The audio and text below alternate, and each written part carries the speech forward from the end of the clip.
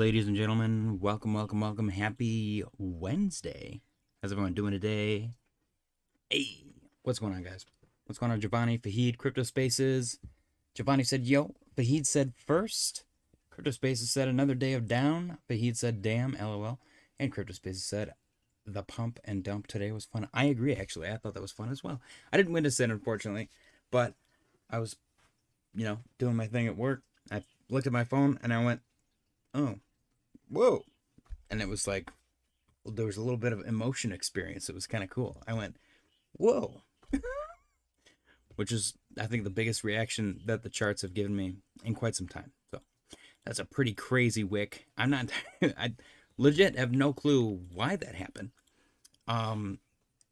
It seems like they were grabbing or liquidating the bears here, for sure. Liquidated the bears, got the bulls, obviously. Now, they can take it whatever direction they want, but it seems like it's way too easy for them to wipe out all of this liquidity constantly. People are just, they don't learn. They continue to leverage trade. And then we end up with this, and then they cry manipulation, but at the end of the day, they're kind of just handing their money to the market maker. 85, 394 on the liquidation heat map. And then the bottom chunk, there's not a lot because I think people are slowly learning. 83, 734. Give it like 2-3 days though. This will be all one big fat chunk of yellow again. 86, 817. No matter how many times people get liquidated, I think they'll always come back. They'll get their paycheck on Friday. And they'll be like, oh, I got to open up another trade. I might as well. 88, 873. And there we are. Beautiful. Yeah, they definitely took advantage of some excited traders, we'll call it. Drummer said, I heard leverage trade. Are you talking about me? LOL. Don't forget to like and subscribe, everyone. Appreciate you, Drummer. Yeah, we got a pretty big fat wick indicative of some selling pressure today, which is interesting. Oddly enough, though, we are still high or low on the 4-hour with a little W potential. That being said, let's go to the higher time frame and just double check. Daily, also high or low. If we reversed from here, it would still be bullish. And nobody would expect at all, even remotely, the possibility of us continuing to the upside, which in my opinion is kind of hilarious. But I'm sure we're going to continue to chop, maybe even go down a little bit further, just because we are nearing the end of the year. There's going to be people wash trading for tax purposes. There's going to be a lot of FUD around Japan, possibly raising their interest rate on Friday. I'm pretty sure that they've already announced their intentions. I don't know if that's priced in or not, but it's definitely something that you got to take into consideration. Crypto Spaces said the market makers are getting wealthy, I bet. See, here's the thing, though. They don't make more or less money if people get liquidated a large amount. All they do is make money off the fees. So if Joe Blow is enough of an idiot to get liquidated and open up a trade in the opposite direction, then they're going to take it that way, liquidate him again, and they're going to keep forcing him to open a trade. Open a trade, nonstop, open, and he gets liquidated every single time, and they make a little bit of money off of every single transaction. Or if it's a large amount of money that he's trading with, and they make a percentage of that large amount of money, that's even more money. So they are definitely getting wealthy. But they get wealthy no matter what way the price moves. If it's more volatile, though, they can make a lot more money a lot faster. And that's kind of what it seems like is happening. I'm not going to, put on a tinfoil hat and be like, oh, this is all pure manipulation. They're doing this on purpose for these reasons. I have no idea. I don't know if CZ and Binance are sitting here, plotting to, take our bags or whatever. I will say, though, the one that actually kind of seems to make sense is institutions and Wall Street trying to get you to sell your bags early. And that's not me being like, ooh, hold on to your bags, because I'm not going to sit here and, tell you that and then be responsible for you bag holding if we do truly go into like a prolonged 12-month long bear market, which we're already 2 months into if you are considering that from October. But that's your decision at the end of the day. Personally, risk reward, more worth it for me to just hold and wait. If the money goes to zero, I lose X amount of dollars. If it goes to, if it goes up 10, 20, 30x, then I make 10, 20, 30x. I would rather lose the money and still have the bags than take the money out and miss the opportunity to make a crap ton of money later, which I've talked about a million times. You guys are probably sick of hearing me talk about it. Bitcoin dominance got a big fat blast to the upside. Currently sitting at 59.74. Are we going to reject 60? Hopefully. I don't like that this established some semblance of a base before pushing to the upside. See, I don't want it to do this again, where it does this little bottoming thing and then it chops up for forever and then it breaks down. High or low kind of setup. Yeah, see, I hate that. I don't want that to be what's happening right now, but it looks like that might be the case. So we'll wait and see. If we break above 60, then we're probably gonna be entering at least an extended period of Bitcoin outperforming alts, which we've already been in, but this breaking down was giving us a little bit of copium for the idea that alts were going to start to outperform. ETH is currently down 0.28% on the day, currently trading at $2,825.59. We do have Trump addressing the nation, the world, what have you, in 21 minutes. So we're going to stay tuned for that. Do we stream it? I mean, we might as well just stream the thing, right? I don't know. The rumor is that he's going to announce that we are going to war with Venezuela. I'm not sure what that means, if I'm being completely honest. Forgive me if this seems insensitive, but what constitutes a war? Like, we've done military coups to replace the regime if we didn't like them. And I'm not saying I'm in favor or against any of this. I'm just speaking from a factual point of view. How are we going to war with a country that's like, the military's like a fraction of ours? Does that make sense? It just seems silly to call it war. But, you slap whatever label on it you want. It's probably not going to be good for the market. Crypto Space said nice poly market bet. Ooh, that's actually a good idea. Should we check poly market? Poly market.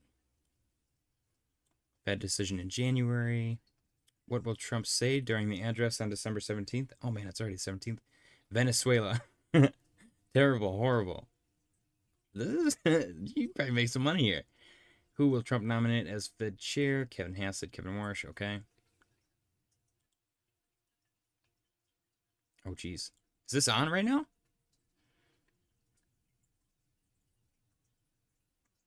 I mean, let's mute this bad boy and let it play, right?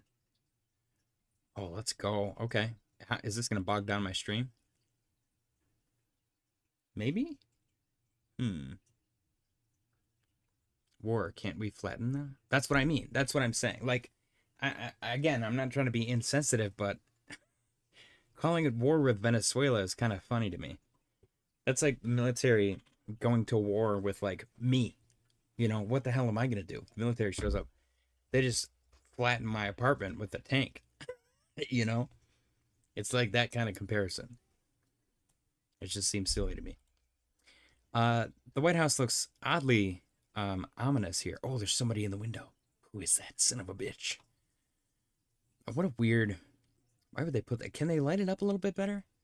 What do they get? Incandescent bulbs? Anyways, ETH is down 0.16% on the day, currently trading at 28.28. Let me set an alarm so that we don't miss this junk with the Trump junk. I saw a really funny video before I went live. I'm not gonna say what it was, but it made me chuckle. It did at the end of it. I guess I'm gonna just tell you guys the part that made me laugh. The main chunk of it, the guy was talking about how straight people are really bad at picking gay people, and that like all of the famous gay people are like really horrible, shitty people. And I thought it was really funny. And then at the very end, the dude doing the interview was like, who's the worst famous gay person? And he said Donald Trump. That was really funny. I was like, damn, that's great. Because of all the FC stuff was my favorite when all that happened, because they were like, we're gonna release the files, and then they're like, nah, we're not gonna release the files.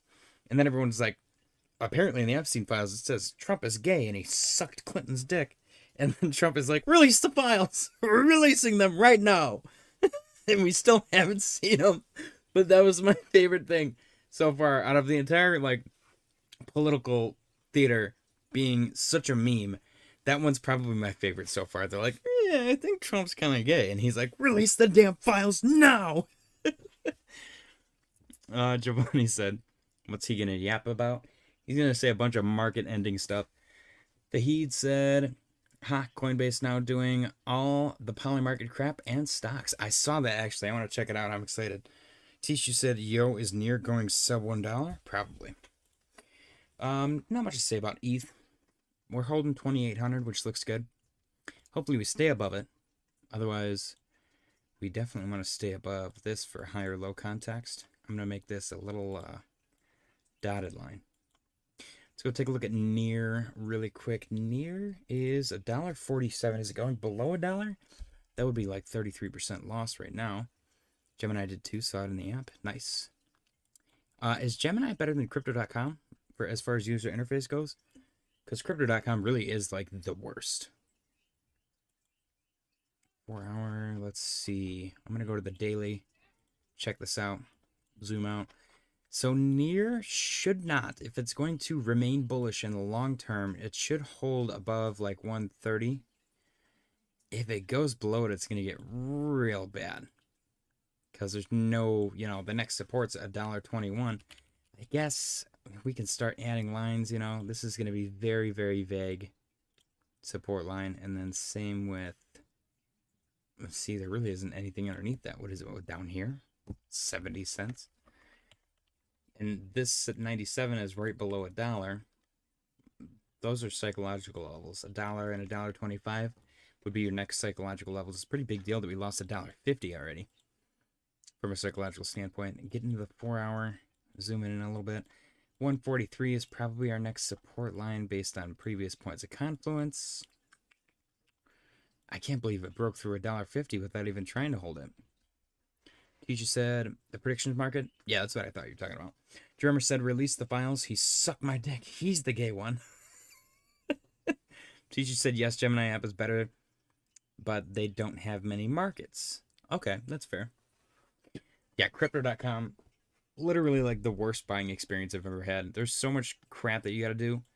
Like, you would think that I was like transferring money from Fort Knox with how many verifications I got to go through for that. It was ridiculous.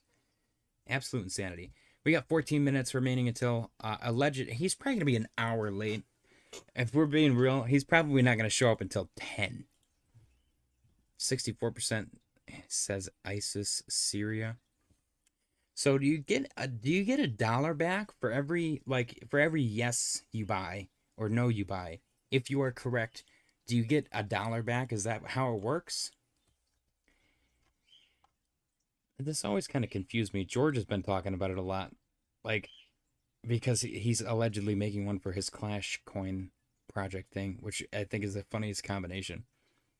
Tishu said my first buy was on Crypto.com. I legit, when I left Voyager, I tried to set up an account there, and I could not figure out how to purchase anything through Crypto.com. It blew my mind. I was like, how is this an app that like people engineered? The whole purpose of the app, at the end of the day, they don't even have to sell you crypto, but the point of it is for them to take your money. And I was like, how do I give you my money for crypto? And I could not figure it out. It was literally the worst. Type in $1 amount to see your gains. Okay.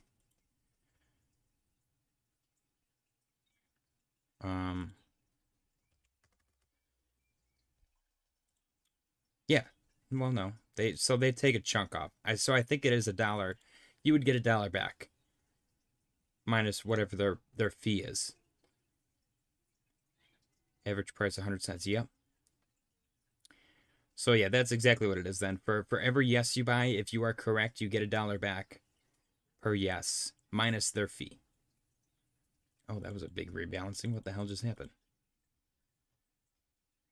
I could be completely wrong, but you know, that's just the only thing that makes sense to me. We're gonna watch the stream right through this portal. That's kind of fun. I gotta start. We gotta start doing Polymarket. I think that's the next frontier. Just betting on literally everything.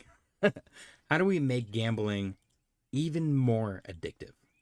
What if, what if you could gamble on literally everything that ever happened ever? Teacher said if you lose everything. Exactly.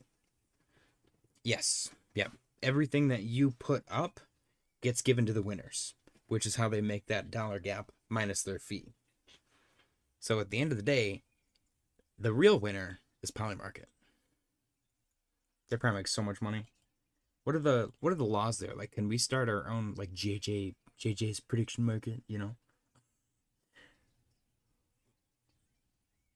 there's all kinds of weird laws with the giveaways and stuff too. Stupid.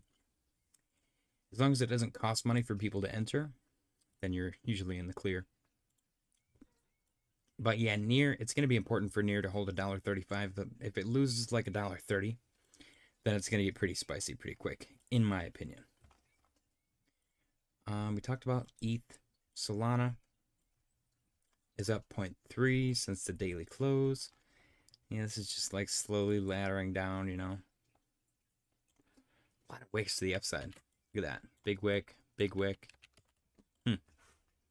CryptoSpaces said it's always the app devs that make the real money. Exactly. At the highs, Tishu said, what did I miss? I missed a lot. Tishu said my first buy. Yep, I bought SHIB. CryptoSpaces said type a dollar amount. You see your gains on the right side. Tishu said at the highs, sold as soon as it started to go down. I was a good decision because it went down a lot further. Oh yeah, if you cut your losses, usually when you first think of it, you're like, man, should I sell? And then you go, nah. That's usually the best time to sell.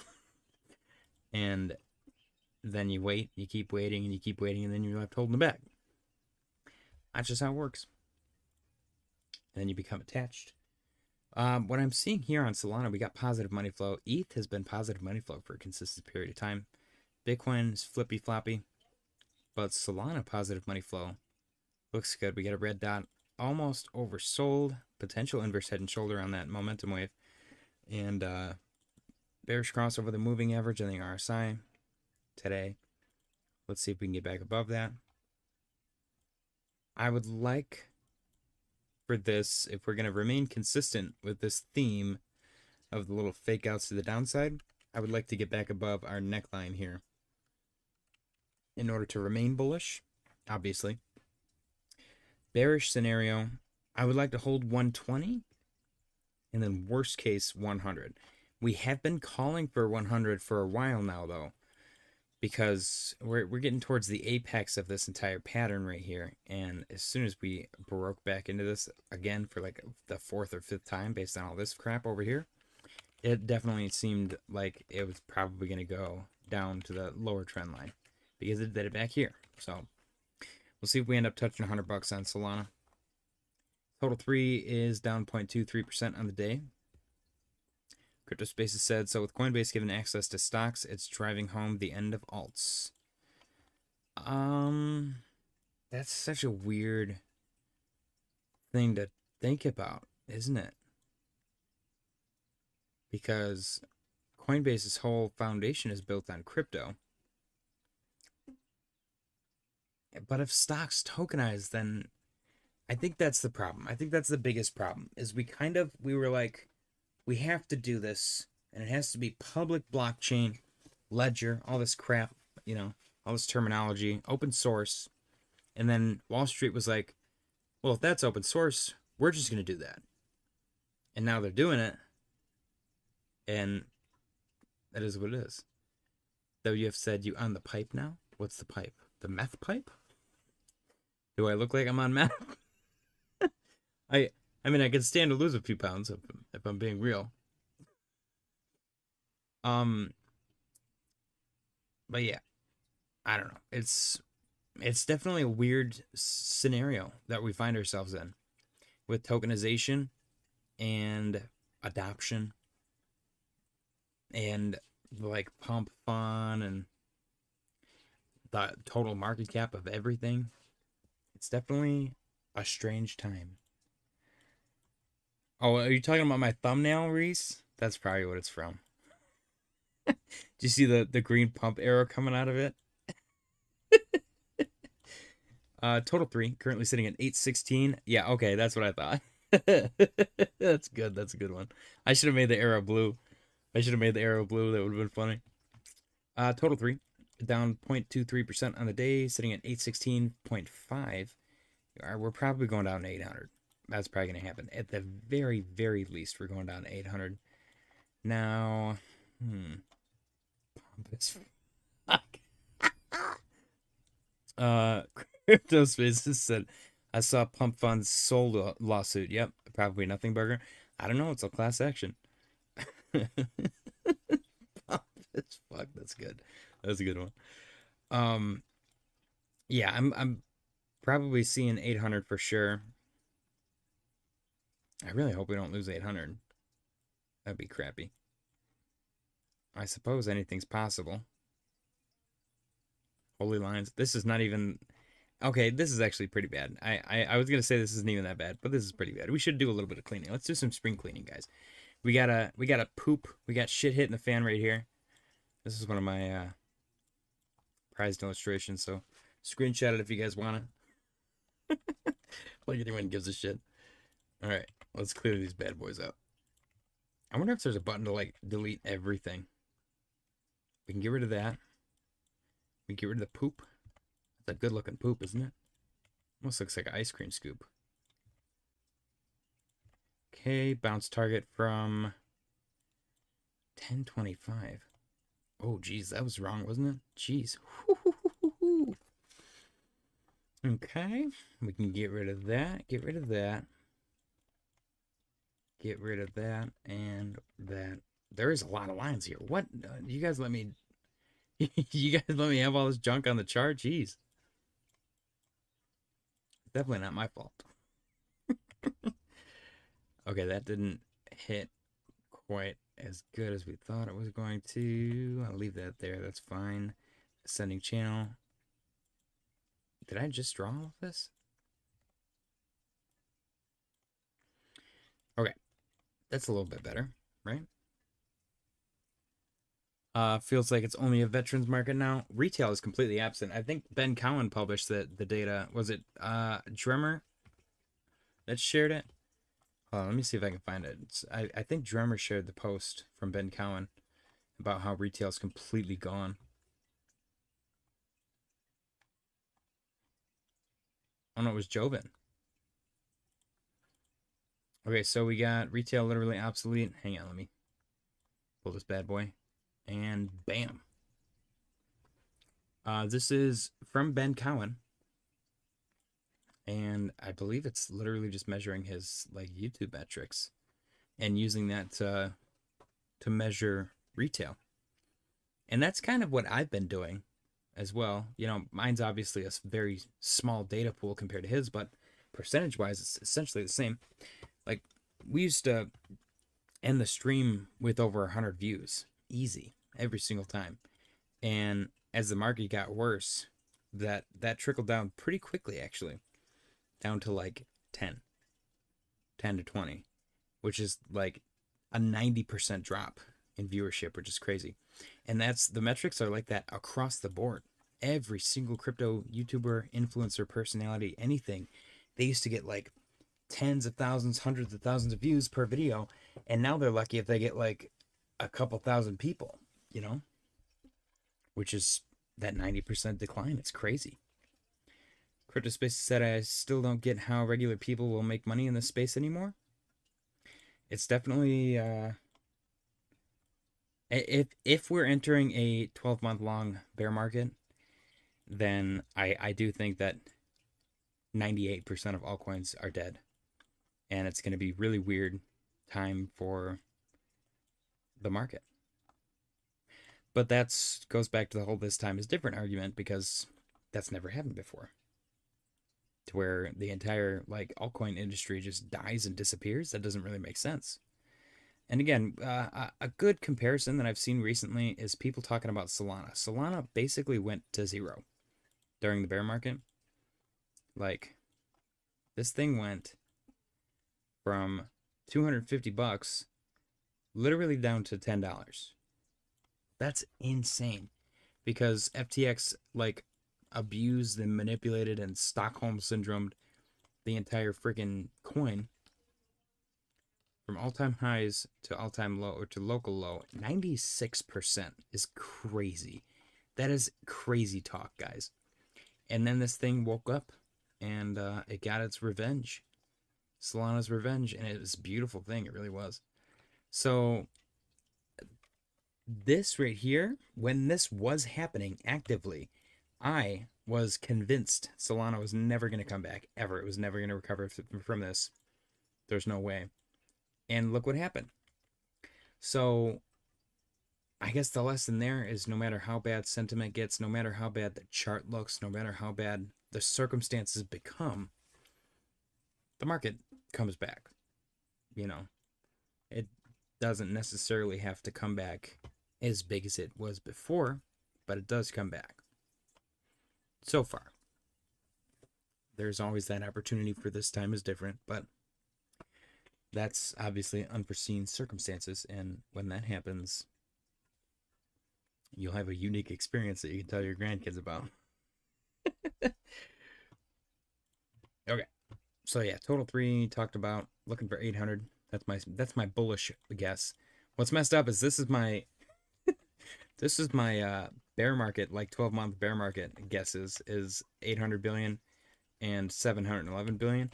If we are entering a 12-month long bear market, the fact that we hit that already, like 2 months in, kind of makes me think we would go significantly lower, if that ends up being the case.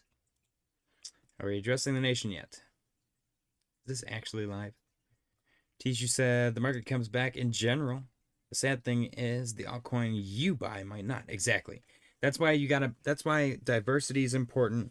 That's why you gotta do your own research. You know, you gotta be, I guess greedy might be the right word here. You have to be stingy with your money. You have to really look into stuff. Like, pretend the coin you are about to buy is taking your daughter out for prom. Taking your daughter out on a date. You know, you really got to do your due diligence. You got to threaten them. With, like, at gunpoint. And then you'll be comfortable. CryptoSpace said, which is why most said this bull run sucked. Only a few alts did well. And see, I wouldn't even argue that alts did well. What alts did well? Solana? What, it broke its all-time high by like 10 bucks? ETH? Broke its all-time high by like 10 bucks? That sucks. That's not doing well, in my opinion. That's trash. CryptoSpace is no alt season or euphoria is my bigger concern. Because that is actually the first time that has happened. Which is why I kind of meme on the people that are like, oh, you mean this time is different? Because it is different, dumbass. Tisha said STX did very good. Some altcoins did really good. Some altcoins really did. It's been such a weird market. Which is what leads me to think that it's an extra extended market. I did see oh shoot, he's talking. I gotta get my headphones on. He's saying words.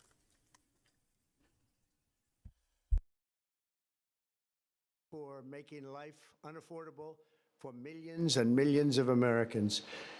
This happened during a Democrat administration, and it's when we first began hearing the word affordability. Our border was open, and because of this, our country was being invaded by an army of 25 million people, many who came from prisons and jails, mental institutions, and insane asylums. They were drug dealers, gang members, and even 11,888 murderers, more than 50% of whom killed more than one person. This is what the Biden administration allowed to happen to our country, and it can never be allowed to happen again. We had men playing in women's sports, transgender for everybody, crime at record levels with law enforcement, and words such as that just absolutely forbidden. We had the worst trade deals ever made, and our country was laughed at from all over the world. But they're not laughing anymore. I'm opening a short. Over the past 11 months, we have brought more positive change I to might get completely Washington screwed. than any administration in American history. There's never been anything like it, and I think most would agree. I was elected in a landslide, winning the popular vote and all 7 swing states and everything else, with a mandate to take on a sick and corrupt system that really just took the wealth from people and crushed the dreams of the American people. For the last 4 years, the United States was ruled by politicians who fought only for insiders, illegal aliens, career criminals, corporate lobbyists, prisoners, terrorists, and above all, foreign nations, which took advantage of us at levels never seen before. They flooded your cities and towns with illegal aliens. They decimated your hard-earned savings. They indoctrinated your children with hate for America. They just released a level of violent felons that we had never seen to prey on innocent. They caused war. They caused mayhem.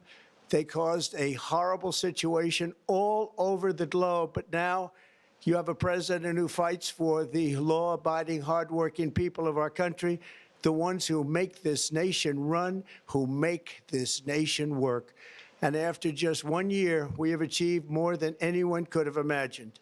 Starting on day one, I took immediate action to stop the invasion of our southern border. For the past 7 months, 0 illegal aliens have been allowed into our country, a feat which everyone said was absolutely impossible. Do you remember when Joe Biden said that he needed Congress to pass legislation to help close the border? He was always blaming Congress and everyone else. As it turned out, we didn't need legislation. We just needed a new president. We inherited the worst border anywhere in the world, and we quickly turned it into the strongest border in the history of our country. In other words, in a few short months, we went from worst to best. We're deporting criminals, restoring safety to our most dangerous cities. Just take a look at Washington, D.C. It's at levels of safety that we've never seen before. And they decimated the bloodthirsty foreign drug cartels. We did that all by ourselves with our people, and we're so proud of it because they were poisoning and destroying our population. Drugs brought in by ocean and by sea are now down 94%. We have broken the grip of sinister woke radicals in our schools, and control over those schools is back now in the hands of our great and loving states where education belongs. After rebuilding the United States military in my first term, and with the addition we are adding right now, we have the most powerful military anywhere in the world, and it's not even close. I've restored American strength, settled 8 wars in 10 months, destroyed the Iran nuclear threat, and ended the war in Gaza, bringing for the first time in 3,000 years peace to the Middle East, and secured the release of the hostages, both living and dead. Here at home, we're bringing our economy back from the brink of ruin. The last administration and their allies in Congress looted our Treasury for trillions of dollars, driving up prices and everything at levels never seen before. I am bringing those high prices down and bringing them down very fast. Let's look at the facts. Under the Biden administration, car prices rose 22%, and in many states, 30% or more. Gasoline rose 30 to 50%. Hotel rates rose 37%. Airfares rose 31%. Now, under our leadership, they are all coming down and coming down fast. Democrat politicians also sent the cost of groceries soaring, but we are solving that too. The price of a Thanksgiving turkey was down 33% compared to the Biden last year. The price of eggs is down 82% since March, and everything else is falling rapidly.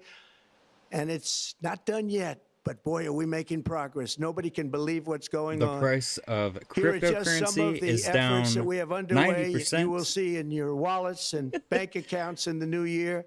After What's going on, years Dank of Jones? record-setting falling incomes, our policies are boosting take-home pay at a historic pace. Under Biden, real wages plummeted by $3,000. Under Trump, the typical factory worker has seen a wage increase of $1,300. For construction workers, it's $1,800. For miners, we're bringing back clean, beautiful coal. It's $3,300.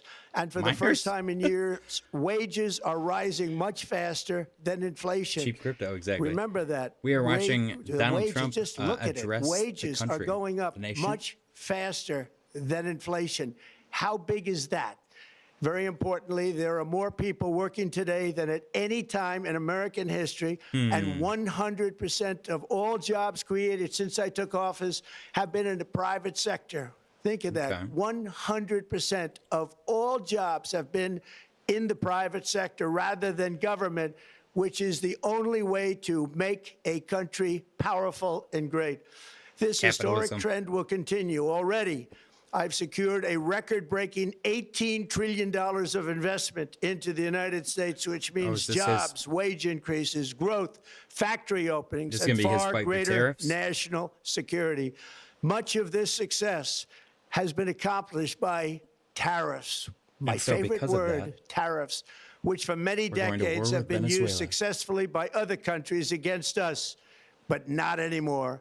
Companies know that if they build in America, there are no tariffs, and that's why they're coming home to the USA in record numbers.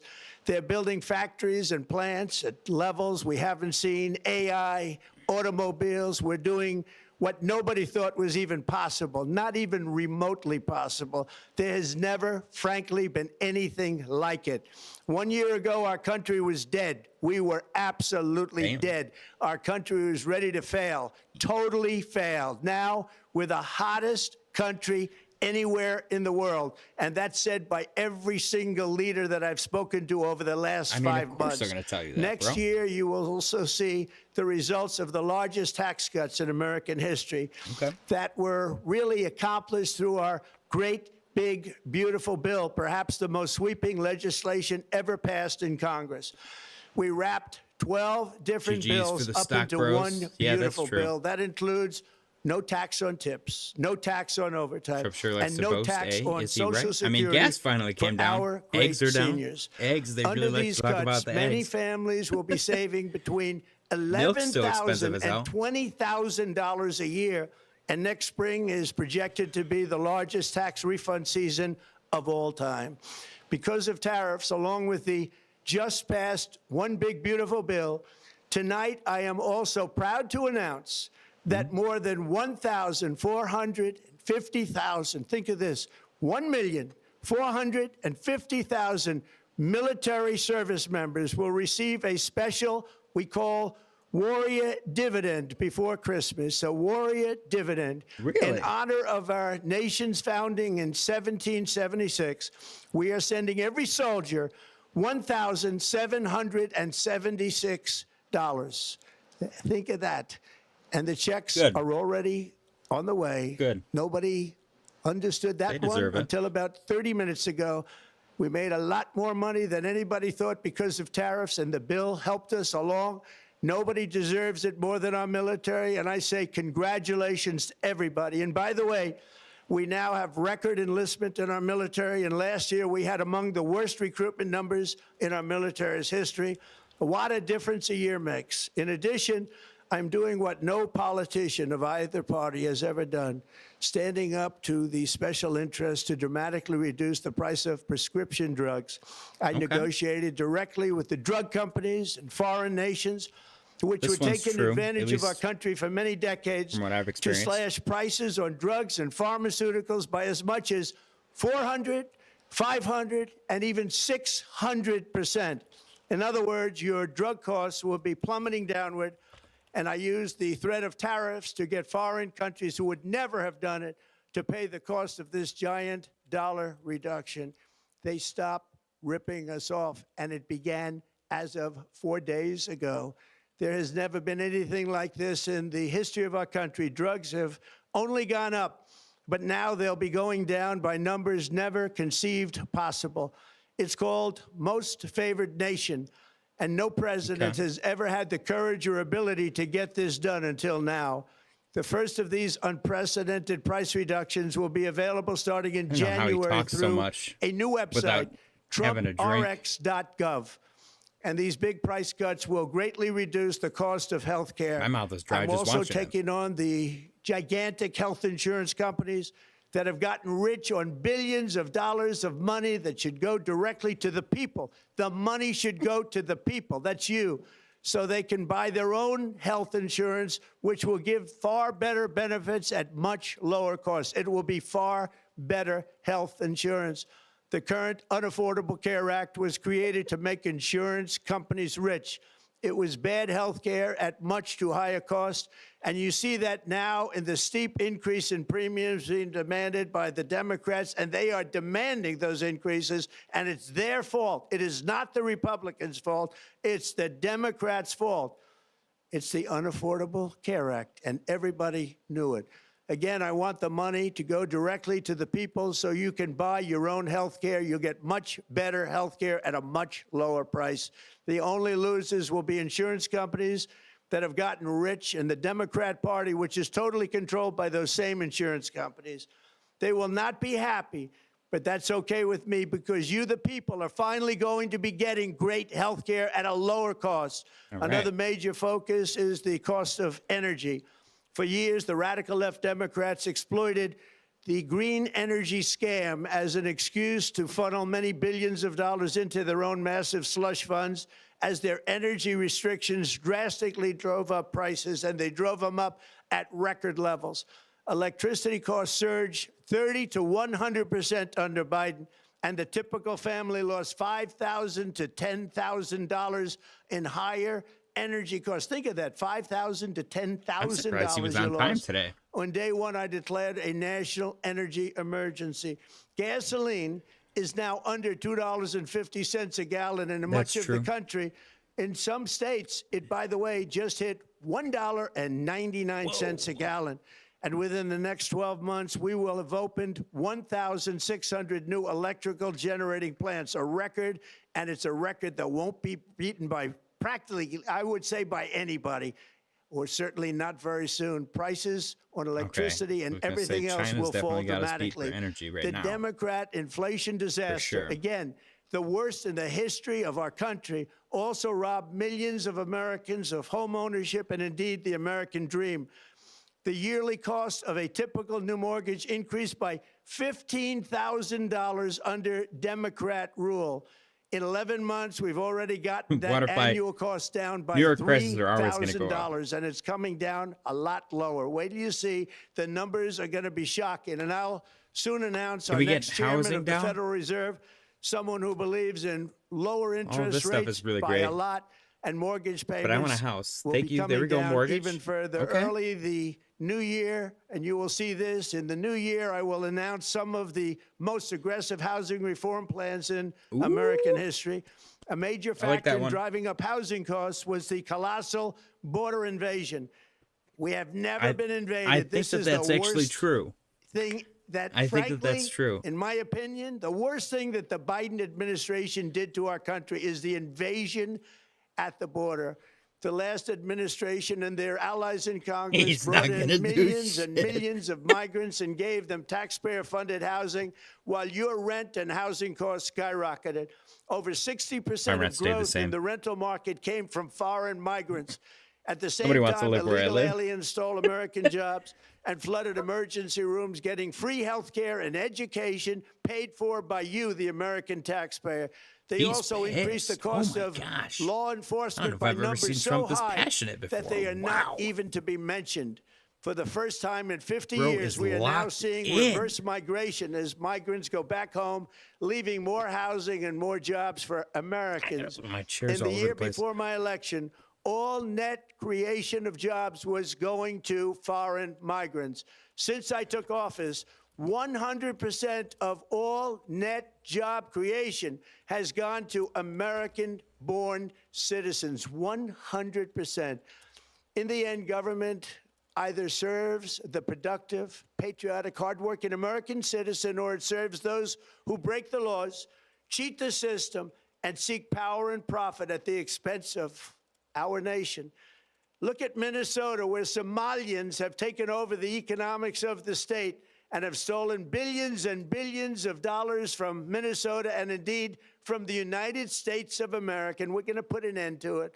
For so long as before my election, the vast majority of good and decent Americans were forced to watch as corrupt politicians plundered the halls of power, exploited our taxpayers, and pillaged every system that makes civilized society somebody the other day function. was like, But not what if anymore, and you see that what if we every paid day. for you to get Not a anymore. toupee? And I was We're like, putting let's do America it. first, and we are making America great again. So, Very simple. We are making I America think in great 2026 again. we're gonna do Tonight, a after 11 toupee months, our border is fundraiser. secure. And Inflation you guys, is stopped. I'll let you guys pick Wages as are well. up. I'll let you guys Prices pick are the down. toupee, Our nation is strong.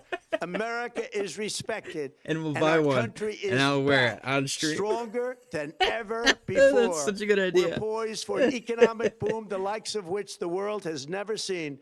Soon we will host the World Cup and the Olympics, both of which I got. But most importantly, we will celebrate the 250th anniversary of the Declaration of Independence. America! There could be no more fitting tribute to this epic milestone than to complete the comeback of America that began just 1 year ago. When the world looks at us next year, let them see a nation that is loyal to its citizens, faithful to its workers, confident to its identity, certain to its destiny, and the envy of the entire globe. We are respected again like we have never been respected before. To each and every one of you, have a Merry Christmas and a Happy New Year. God bless you all. Did he not mention Venezuela? Whoa! Oh my gosh, dude. Did he not mention Venezuela?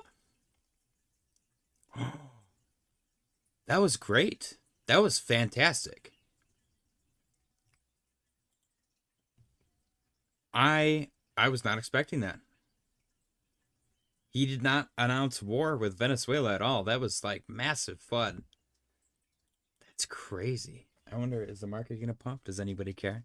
Polymarket lost the bet, dude. Polymarket, that flip was like live. That was crazy. He straight up, he's like, we're a badass. F you guys. Peace. Merry Christmas. He didn't say anything. That was what? That was just a Christmas thing. That had nothing to do with anything. He straight up just bragged the whole time and then left.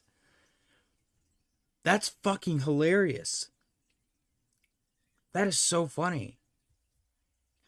Here's my thing. How hard is it for him to go, I'm going to do a speech in 3 or 4 days. And then for them to look and see what the Polymarket bets are. They write the speech. They have it all printed out. He's like, this is what I'm going to read on the teleprompter. And then he places bets on Polymarket and just makes massive bank. And then they pay off then they pay off the national debt. Then they pay off the national debt by like gouging gamblers on Polymarket. Is Bitcoin holding? I don't know. Bitcoin's holding my balls is what it's holding. That's the president bitch and brag do nothing. That's so true. That's so true. Oh man. He was going 100 miles an hour, man. Holy crap. He's like, we are so amazing. We are so great. And it's all because of me. And we were bad because of the other guy. And we're great because of me. That's pretty good. I got pretty hyped up. I'm gonna go do a bunch of squats and shit now. Oh man. That was good. That was good. I liked it. I thought it was gonna be okay. Here's my thing. And I wonder if Polymarket had a bet about this. He was not an hour late. I thought for sure he was gonna be an hour late. He was like he was there on time, ready to go. Which I don't think I've ever seen. Watch him drop a bomb on Venezuela right now. He's like, Merry Christmas. Boop. And then all these alerts go off on all of these different news networks. They're like, a missile was just launched in Venezuela. The moment President Trump ended his speech. He just doesn't say anything about it. he presses the button on camera. Oh man, I wonder that would probably cause the markets to tank. The president pressing a button on camera. Holy crap! People would be like, "What does the button do?" Oh, that's so good. Flexa said, "We have the Olympics and he World Cup. I got. Oh yeah, we have the Olympics and the World Cup. I got those." It's so funny, dude. It's so funny. Oh shoot. His favorite word is tariff. Oh, his favorite word is I. We're not going into Venezuela. Yeah, I thought that was the funniest thought, dude. They're like, we're going to war with Venezuela. Who said? Said who? Why would we go to war with Venezuela? My whole thing, and I mentioned this earlier, and I'm not saying this to be like, I'm not picking sides, but we've thrown over we've overthrown regimes that we didn't like before. Why would we go to war with anyone that size? Like, their military is not big at all. You will never convince me that we are not in there pulling strings right now, especially in Venezuela. No offense to anybody, but America's scary. America, Russia, and China are scary as hell. They're not going to go to war with anyone except for each other. Anybody else, we're just going to kind of be like, oh, well, you pissed me off, so you're being replaced. Within like, oh, you're dead already. So, sorry. That's as fast as it happens. Maybe I'm too hyped up. I might be a little too hyped up on patriotism at the moment, so excuse me. We got the Olympics and the World Cup, did you see? All right. Market's pretty floppy. Nothing crazy going on, honestly. It's kind of boring. Avalanche is down 0.51%. Flexa said over here, UK, hey, they're trying to recruit to fight Russia? Really? That's so crazy to me. That's crazy to me that that's even going on anymore. Avalanche down 0.51% on the day, currently trading at 1181. We broke through this lower trend line, which is kind of crappy, but it is it's a descending channel, which will either going to go down really really fast, or it's going to pump to the upside. And I suppose it could continue chopping as well. That's like the three possibilities. It can go up, down, or sideways. I do like, though, jokes aside, I'm liking the consolidation, especially on the RSI. The momentum wave looks so weird on Market Cipher. So yeah, we'll see. Maybe we get a gigantic blast to the upside post Christmas. I don't know. What's it going to take for these markets to turn around? Jay Shear said, "What's up, family? This government can go F itself." Oh, they all can, for sure. I told my fiance, I was like, I kind of want to move to Alaska. She's like, why? I'm like, because you can just stake claim on land and build whatever the hell you want. Let's go there, build a house, and then sell it. Oh, man. Chainlink is down 0.65% on the day, currently trading at 12.19. I guess, obviously, 10's a little far down the road, but that's a big psychological level. Let's see. Let me get a zoom out here. This upper trend line really is not relevant at all, is it?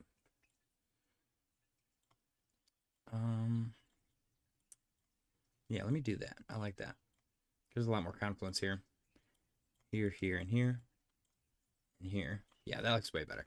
So, if we do break down on Chainlink, yeah, see, if it starts losing these levels, I suppose 1150 is our next spot to look at. $10 might definitely be in the cards. That's not even that far away. Time-wise, that's the 20th. That's 3 days from now. If we continue to be ridiculously bearish like this, even though it's incredibly oversold, $10 is in the cards. I don't think it's going to play out that way. I would look for a bounce sooner than later. But again, we're going into Christmas. It's the end of the year. People are going to be tax harvesting. So, this is, in my opinion, or my brain, uncharted territory. I don't recall ever paying too much attention in the market around Christmas time to where I can go, well, last time it did this, because I don't remember. You know, I'm busy not worrying about crypto. So, I don't know. Touch grass, touch snow, whatever you got to touch. Touch yourself. Whatever you got to do to make yourself feel better about the market. I do see us not, going straight down, but that's just my opinion. That's based on nothing but the fact that the RSI is like a little bit oversold, and that can change very quickly. I'm not going to look at anything else. We're going to look at silver. Oh, silver's up 0.11% of the day. This thing is blasting past new all-time highs every single day. It's currently sitting at 66.26, looking good. Is it going to continue is the question. It always does this with these weird little baby wicks, and then it climbs over the course of like a week and a half. The difference here is, you got like your 45 degree here. It's starting to shallow out. So is this going to turn into an extended retrace is the question. And by extended retrace, I mean until the RSI is no longer overbought. Because that's kind of what happened here. You got big fat red candle, and then it just climbed some more. And yeah, looks good. Somebody called for 77 at one point, which is why that's up there. I don't remember what Grok said. Do you guys think silver's going to $100? Let me see. I'm gonna do a poll in the chat. Start poll. Do you think silver is going to $100 within the next 12 months? Yes or no? I don't know. I feel like $100 would be crazy. But I don't think anyone would have told you it's going to $66 when it was down at 23 like a year ago. DXY. Well, let's go take a look at gold before we move on from that. You really don't think so, Waterfly? And again, I don't know if it's the recency bias talking. It probably is. I'm still mind blown that it's even $66 right now. Gold is really, petered out quite a bit. Hopefully, it doesn't do a double top. Although maybe I'm wrong. Maybe I am hoping that it does do a double top, because usually when gold tops, that money eventually rotates into Bitcoin. At least according to the opium that we were being fed a couple weeks ago when gold was severely outperforming Bitcoin. So let's see if this ends up being a double top. We got to get through, got to get through 4,400 in order for me to think otherwise. We did have this wedge kind of set up situation here, break positive. So there's bullish possibility.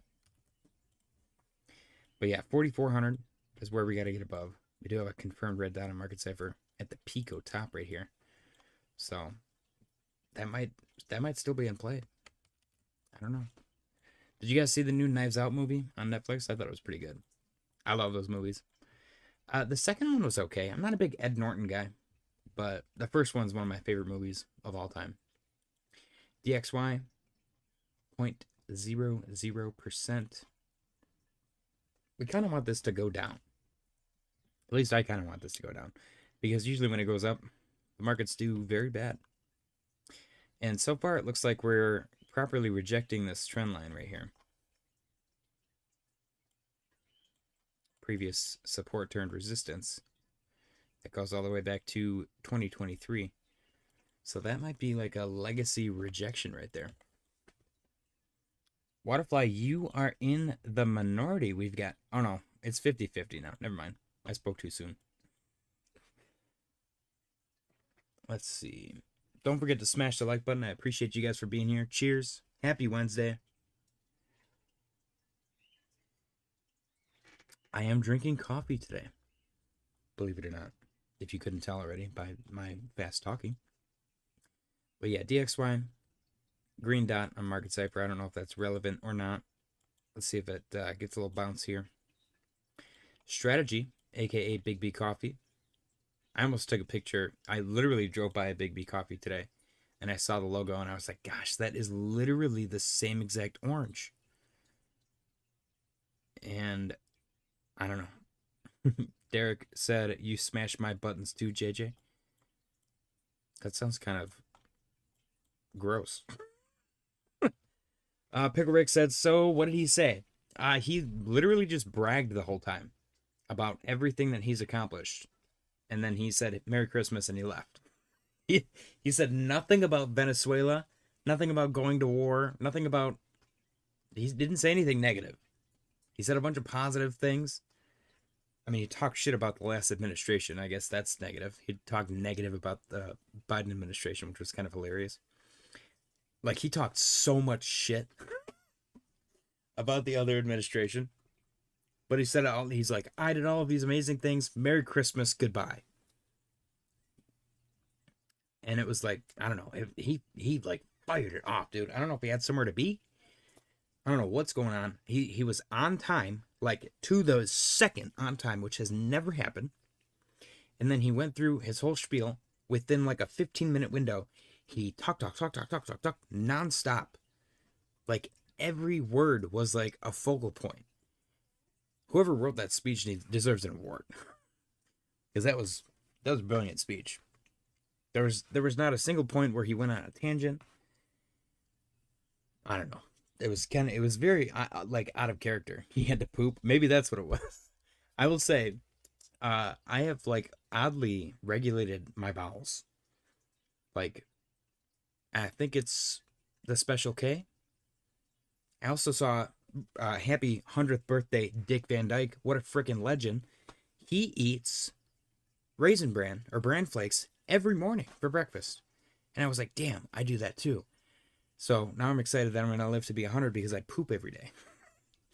So, hell yeah. I'll be up there with Dick Van Dyke, not able to play with Legos anymore.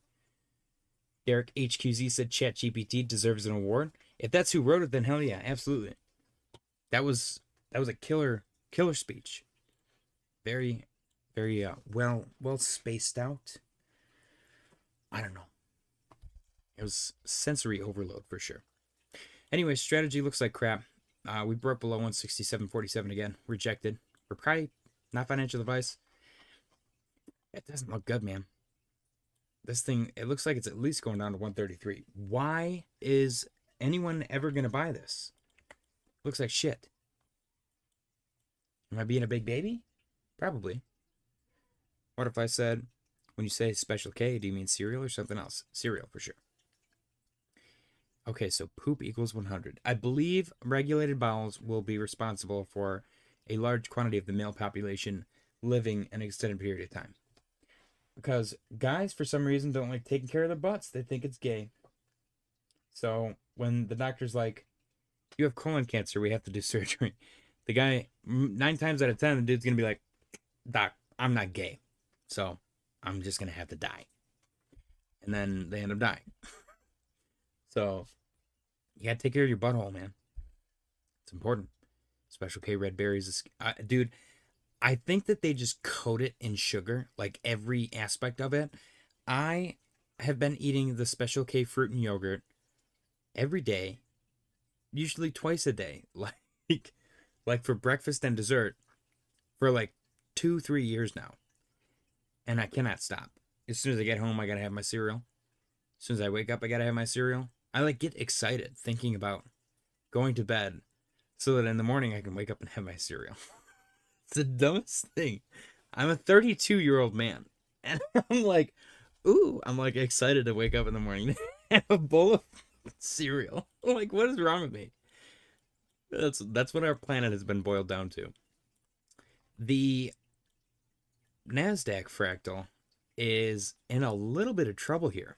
Get your colonoscopy, boys. Exactly, Waterfly. Champion of colon health for sure. See, what is going on here? I can't fractal my way out of this one, guys. We might be in for a little bit of a dumper. Derek said, that's how I feel about going to sleep and waking up to make coffee. I feel that way about coffee too. I've got to the point now though where I'm brewing my coffee at home now, again, which I go through phases. I think I've talked about this before, but I'll make like a small pot of coffee. I don't believe in Keurig, by the way. I think Keurig is the biggest waste of money and everything else. I think it's junk. Also, the Keurig does not have the coffee filter, and the coffee filter filters out a certain fat that can cause, I don't remember, some kind of cancer or something. Diabetes? I think it's diabetes. Something like that. And I'm not trying to get diabetes, you know. I'm trying to have regulated bowels and good circulation in my feet. So those are two important things for me. I like to have a coffee filter to filter my damn coffee and regulate my bowels with my special K. These are important things to me. But yeah, NASDAQ, a little bit of a pullback here. I don't know what's going to happen tomorrow. I use Chemex pour over with locally roasted light roast beans. I'm not a light roast. I got to do dark roast. Normally I would be all for light roast because I want to maximize my caffeine intake while minimizing my dollar, like my spending. But I have really bad heartburn because I smoked cigarettes for like 18, 20 years. 20, nope. 16? What is it? Nope, it's 20. Yeah, whoa. No, it would have been 19, 18. It would have been 18. I smoked cigarettes for 18 years. So I got really bad heartburn. I gotta go for the dark roast because it's less acidic. Waterfly said diabetes isn't cancer. That's all the same to me. If it fucks up my bowels, I'm not a fan. Is XRP done? That's a good question. Let's go to XRP. Let me take a look at the S&P first. Yeah, NASDAQ, I'm at a bit of a loss without my fractal complying, you know what I mean? So we'll have to see if we get a recovery before Christmas. S&P, AskFractal 3.0 in play still as we speak. The decoupling is mildly apparent, but if we're going on the same size, we should bottom out very soon here. Around 669. Nice. Not financial advice. We'll see if we get a bounce there. Derek said Keurig is ass. Literally, all their K-Cups, no matter the brand, all taste the same to me. They taste like shit water and microplastics.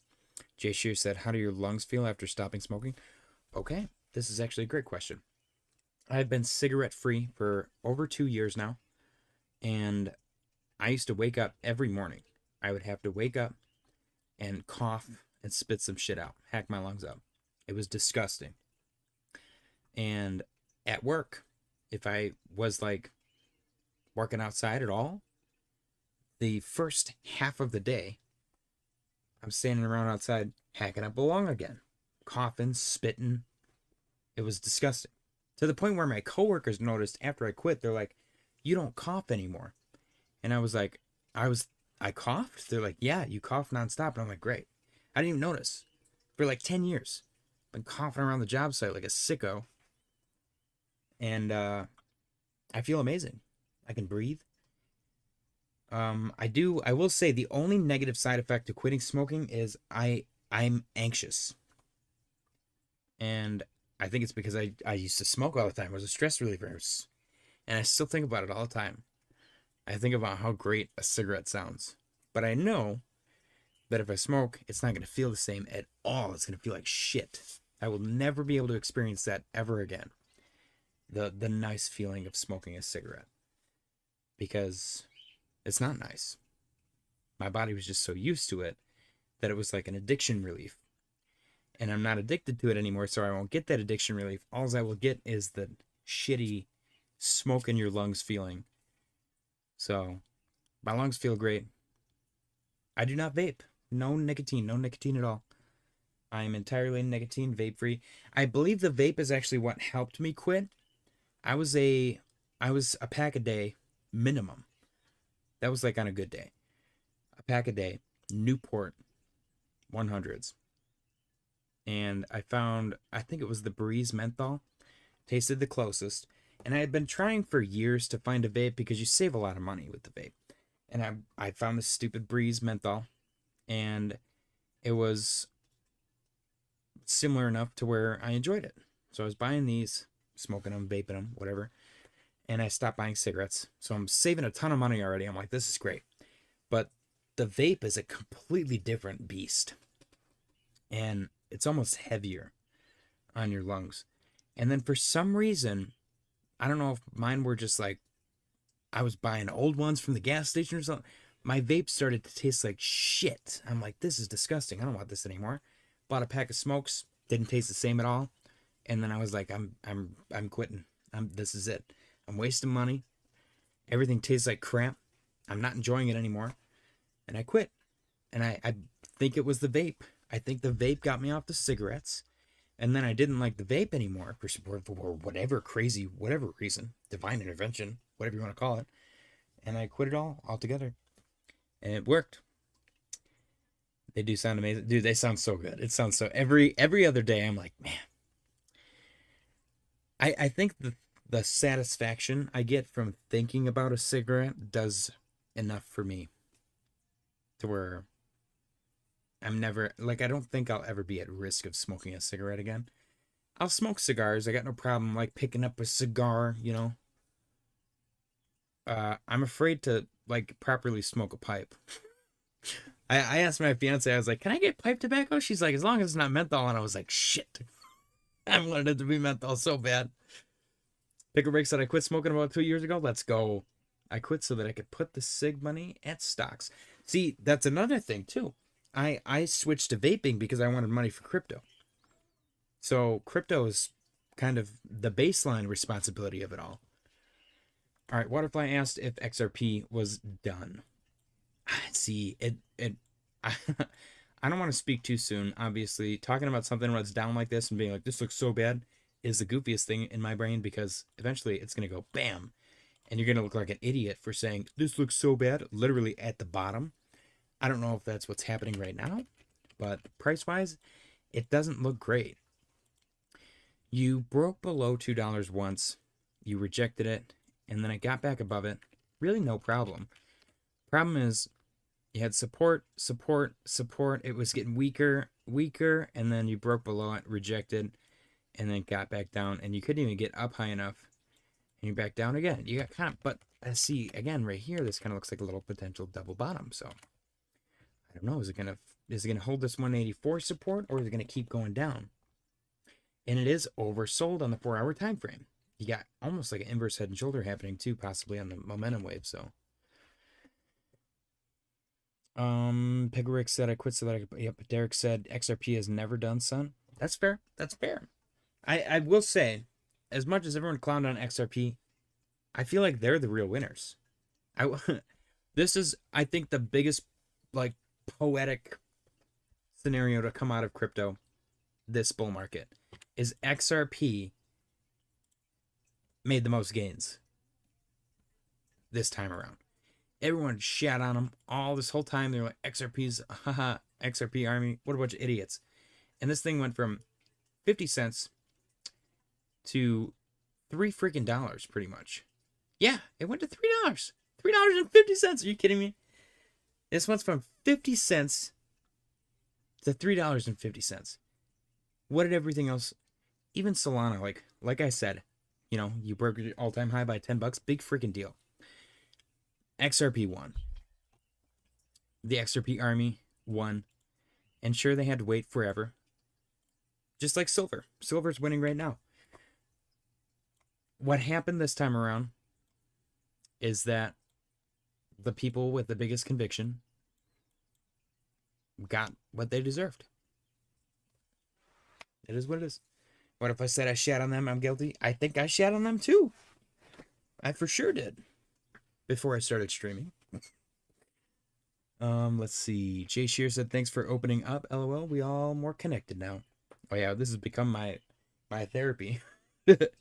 Pickerick said, bro, crypto got us to quit smoking. It's funny. It is really funny. Proud of you, man. I'm proud of you too.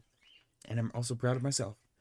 I will 1000% credit crypto with my financial responsibility.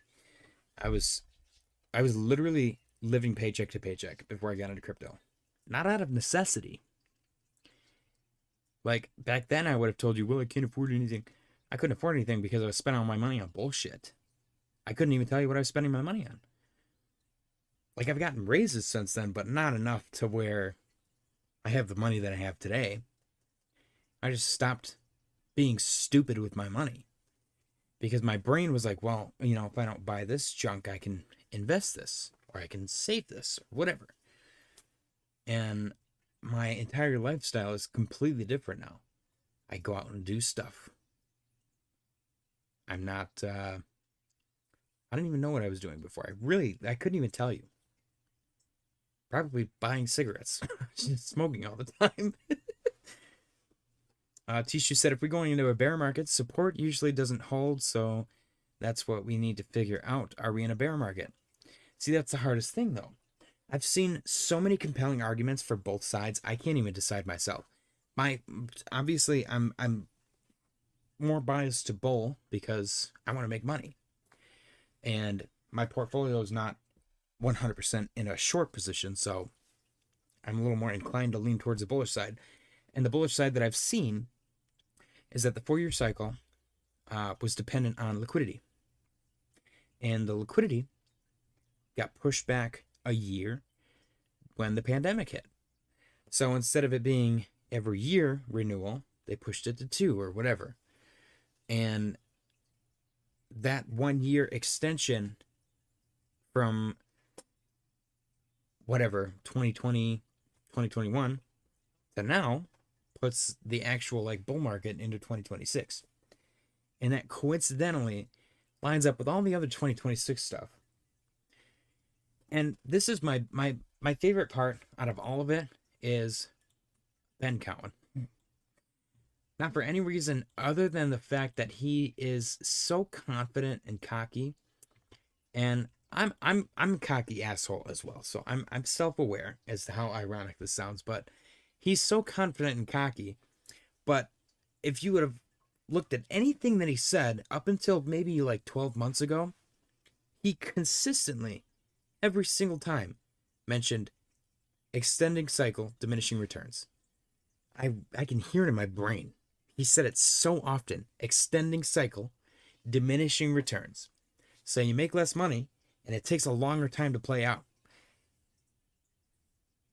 Why would we be in a 4-year cycle if it's extending? After so many 4-year cycles extending, it's not going to be 4 years anymore. It's probably going to be 5, at least 5 years. That's an extension. That is a longer period of time.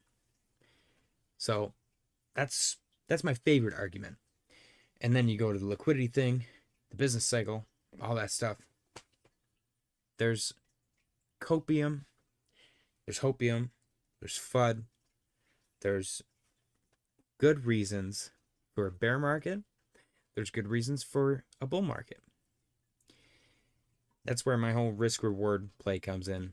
You know, I would rather be caught holding the bag and have to wait 12 months and, you know, wait until the next bull market, whatever, than to sell now, take whatever I have and do whatever. What am I going to do with it? Buy like a new bed frame, get a new car, you know, upgrade the size of my, like, I don't need anything right now. I can use it as a down payment on a house, but I have that already separate. Like, I don't even, it's just, why would I liquidate my investment at a loss for no reason when I can just wait? I can either wait, I can watch it all go to zero, or if we do enter a proper bull market, like I've said a billion times, then I'll make a shit ton of money. I would rather just wait, because if I miss the opportunity to make a shit ton of money, never be able to live with myself. I will for sure be able to live with myself losing the amount of money that I have invested right now. If that goes to zero, I'll get over it. If it goes to billions and I sold and I can't, like, I have no profits to take because I sold like a little baby, then I will not be able to live with myself. That would be a nightmare. You know how shitty that would be? Knowing that you missed out on the opportunity to make a ridiculously large amount of money. What if I said, did Derek call me son? Derek said, it was a rhyming opportunity, Waterfly. Couldn't resist. All right. What's going on, Saeed? Happy Wednesday, my friend. Guys, we're going off on so many tangents. I appreciate you guys sticking around with me. We got the news segment. Bitcoin's chilling. Looking pretty good, actually. Like a little W opportunity here. 86, 712, and 16 cents. Alts are green. News segment. We got Bitcoin whales buying $23 billion, I think, worth of Bitcoin. Largest in 13 years. Glassnode data shows whales accumulated 269,822 Bitcoin worth $23.3 billion in the last 30 days. That is a lot. That's a lot of money. Julian Bittel, certified financial advisor. Ooh, whoa, this is a big one. Okay, bear with me. A lot of people have been asking for an update on this chart, so I'll just leave this here for anyone who needs to see it. This shows the average Bitcoin trajectory following an oversold RSI reading, with RSI falling below 30 at t equals 0. So far, it's been pretty bang on. Unless you believe the 4-year cycle is still in play, which we don't, this chart should hold up contextually over time. No, it won't be perfect, but assuming the bull market isn't already over, it's a useful chart to keep in mind. As we've outlined many times based on our work and on the business cycle, the current path of financial conditions and our expectations for overall liquidity and balance of probabilities is that the cycle extends well into 2026. In that world, the 4-year cycle is dead.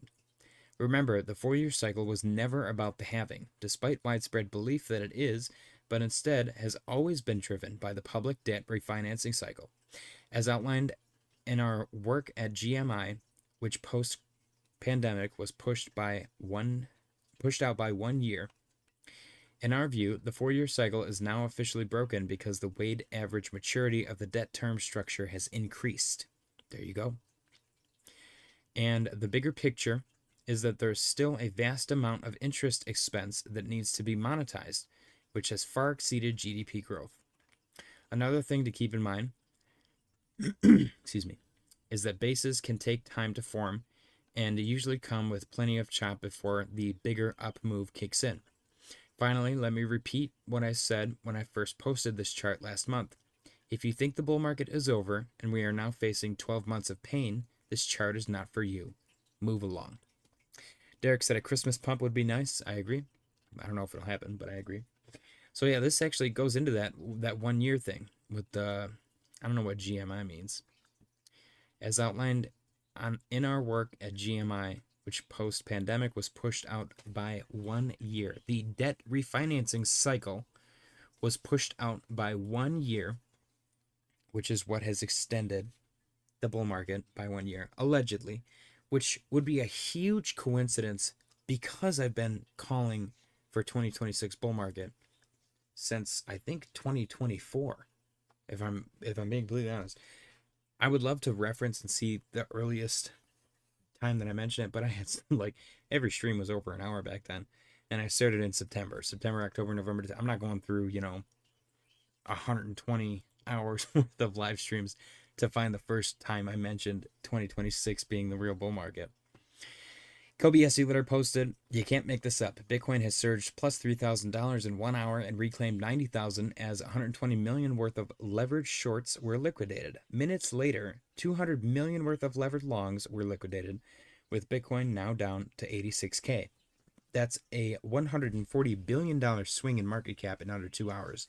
Leverage is out of control." That is actually insane. Next, we've got new crypto fraud bill coming. This one's huge. U.S. senators just introduced a bipartisan bill called the SAFE Act to fight crypto scams. It would create a task force with Treasury, FBI, and regulators to identify, track, and stop crypto fraud. That's huge. I think that would be such a big deal. Bitcoin Archive posted, Bitcoin RSI flashes major reversal signal. This is actually from that post that we just read. The chart below shows Bitcoin average trajectory after RSI drops below 30, historically preceding trend shifts. If Bitcoin breaks the 4-year cycle, new highs are coming in 2026. Let's go. Watcher Guru, Coinbase CEO Brian Armstrong says the traditional finance system is broken. Bitcoin mining company Hut 8 partners with Google to back $7 billion data center lease. That's huge. That's awesome. Federal Reserve withdraws 2023 policy now allowing uninsured banks to engage in crypto activities. Hell yeah. See, the floodgates are opening. We haven't even begun to see the results of all of this stuff that's happened just this year. And I think we talked about it when Trump got elected, before he actually was sworn into office. We talked about, because I think it was around tariff time too, we said he was going to F everything up. And then for the next 3 years after that, it was going to slowly get better. And then he could say, look at how amazing I fixed everything. That first year was really bad for this, this, and that because of Biden. And I fixed it all for you guys, so you're welcome. So that kind of lines up with that too, which is just as funny as everything else. It's all one big joke. I'm thoroughly enjoying myself. Coinbase launches stock trading. I'm going to look into this. I'm actually really excited. I haven't checked it out yet. Stablecoin Mint, Marty Party posted another 500 million USDC issued on Solana by the Treasury. Very cool. President Trump to address the nation tonight at 9 p.m. Amazon in talks to invest more than $10 billion in OpenAI. Own assets or be left behind.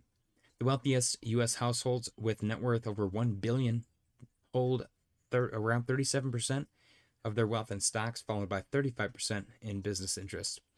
Those with 100 million to 1 billion hold around 58% in businesses and 10% in equities.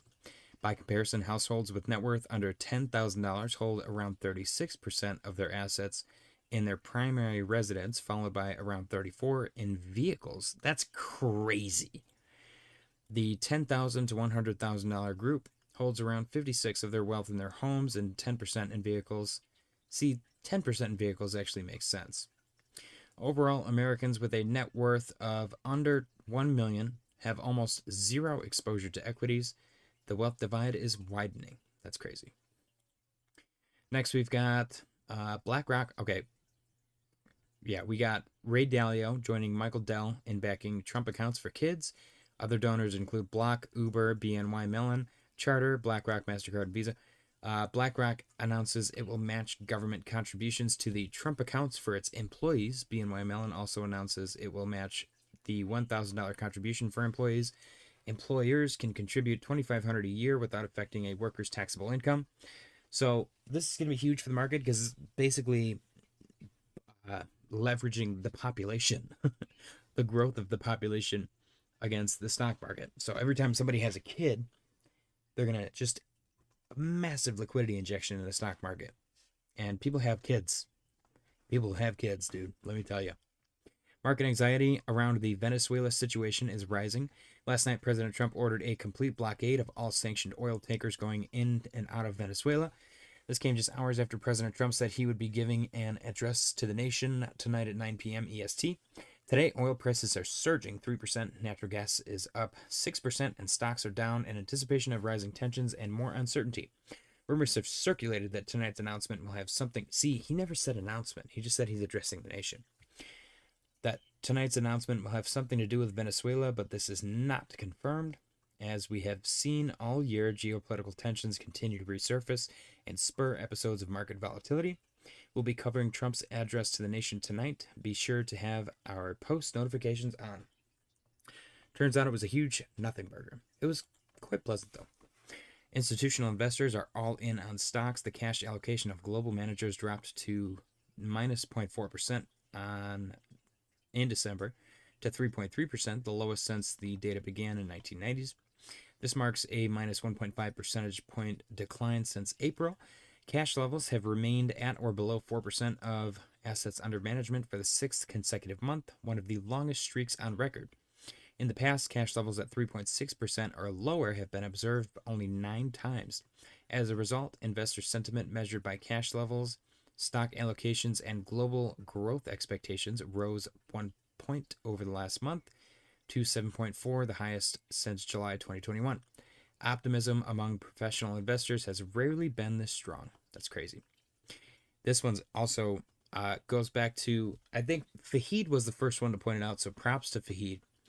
Polymarket is outperforming 85% plus of crypto protocols on user retention, showing users aren't just arriving but staying. And I think that that's because they're not getting ripped off. You can't really get ripped off. You make a bet, yes or no. If you win, you win. If you lose, you lose.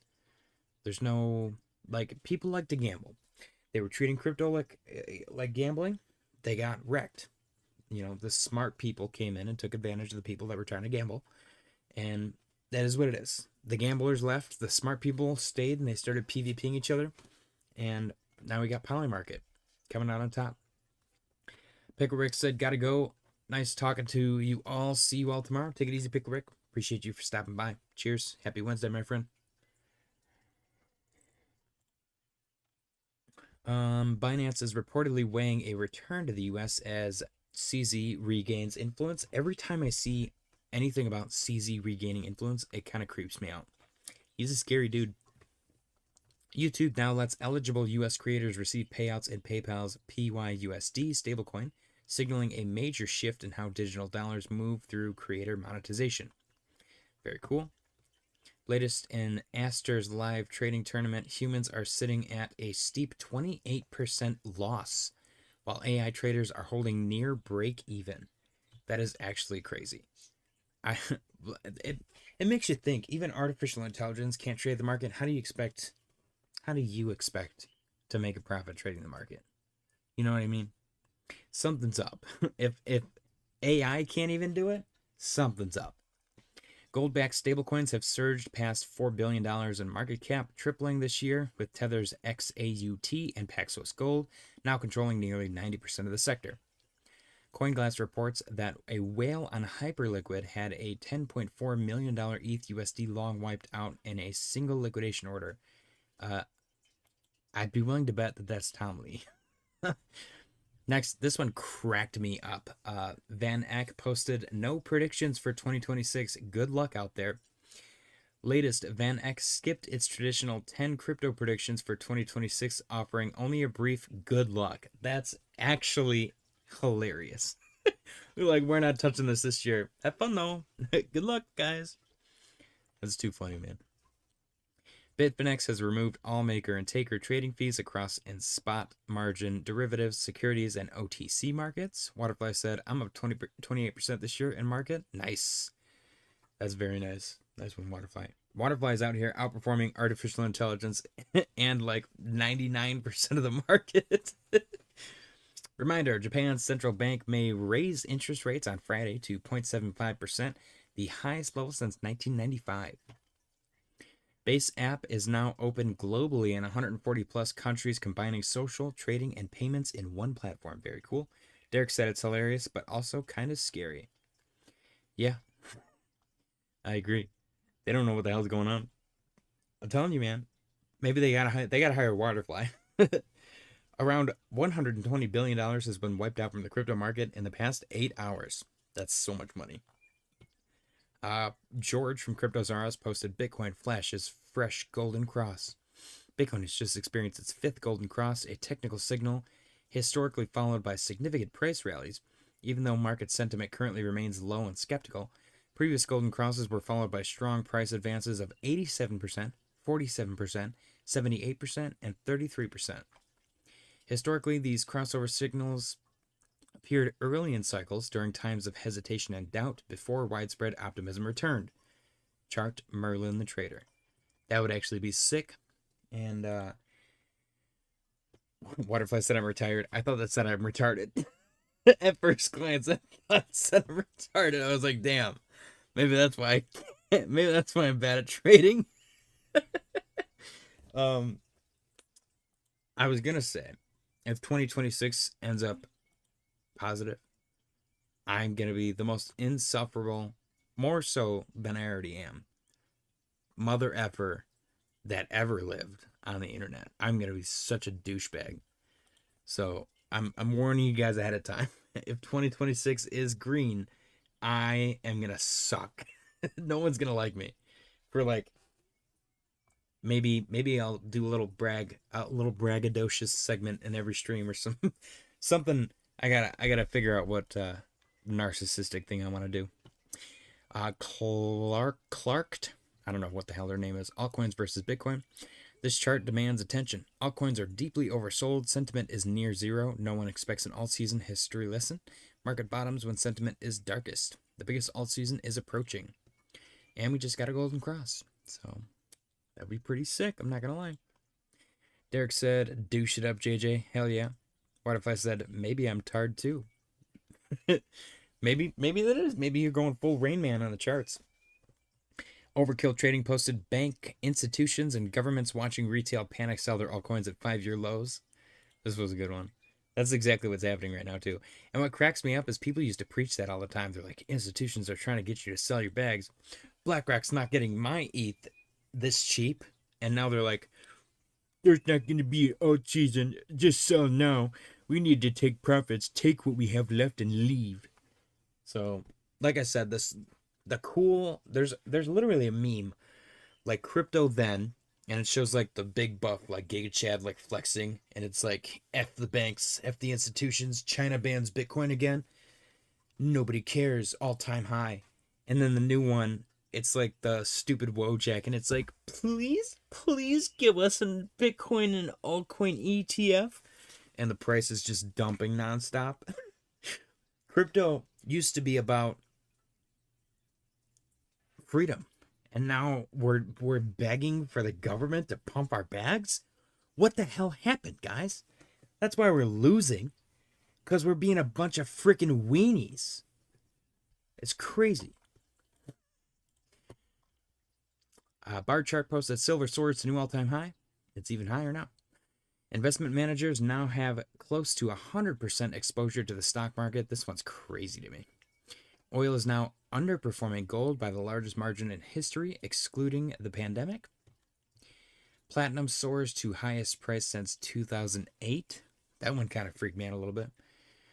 Bank of Japan expected to raise rates on Friday to the highest level since 1995. That one was also a little telling. We got 2008 and the dot-com bubble.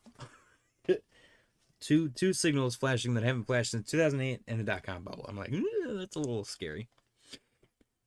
2026 warning. Going back to 1926, the S&P 500 has seen an average drawdown of 18.2% in the 12 months before midterm elections. Going back 60 years, the smallest drawdown has been 7.4%, while the largest was 41.8% after the midterms as well. But before, it's going to get interesting for sure. And last but not least, we've got U.S. Treasury just bought back $3.7 billion of their own debt. Money printer go burr. Bitcoin's chilling, $86,653.19. Portfolio update, the 1K to 10K Grok portfolio is down $565, 56.5%. Everything is red. Aptos is the worst. This thing's down 76%. Fetch is down 74%. Render's down 66. Nope, 65. That's better. Ando's down 61. Preppy's down 61. Ada's down 53. Shib is down 52. Near's down 51. Doge is down 49. And Sol is down 27.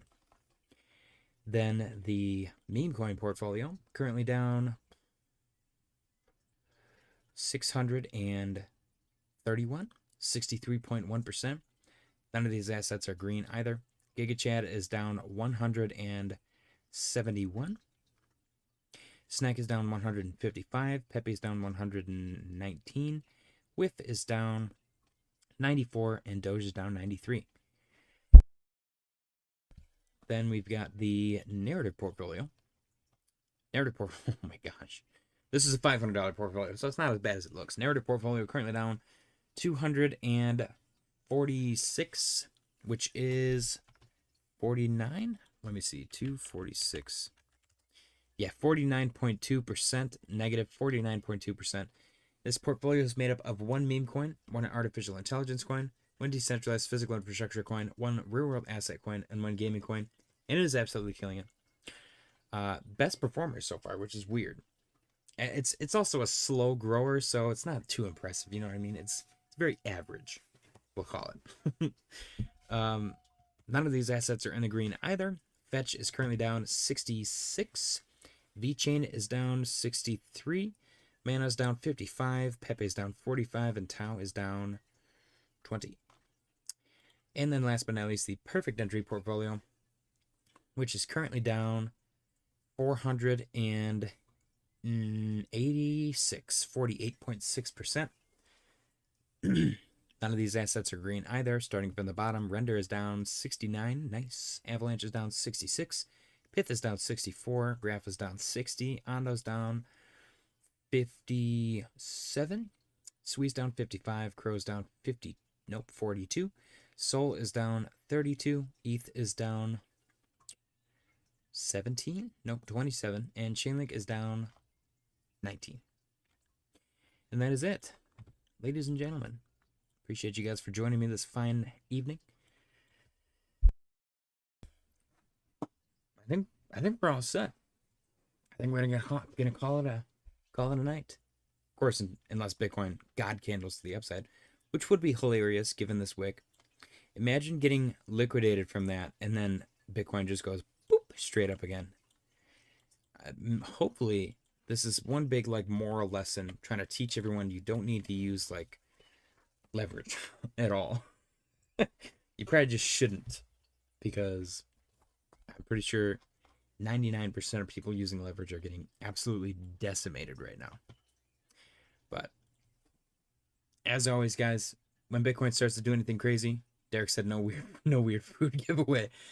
We usually do that for the daily close. Sometimes I don't make it home on time, which is why I'm counting it as 2 points for the wins in December. The weekend we'll for sure do them. During the week it's just kind of a toss up. Daylight savings kind of screwed the whole thing up, so I don't know. We'll figure out a compromise soon enough. But as always, guys, when Bitcoin starts to do anything crazy, I will hop back on. Otherwise, I will see you all tomorrow. I appreciate you guys for joining. Don't forget to smash the like button on your way out. Happy Wednesday and good night.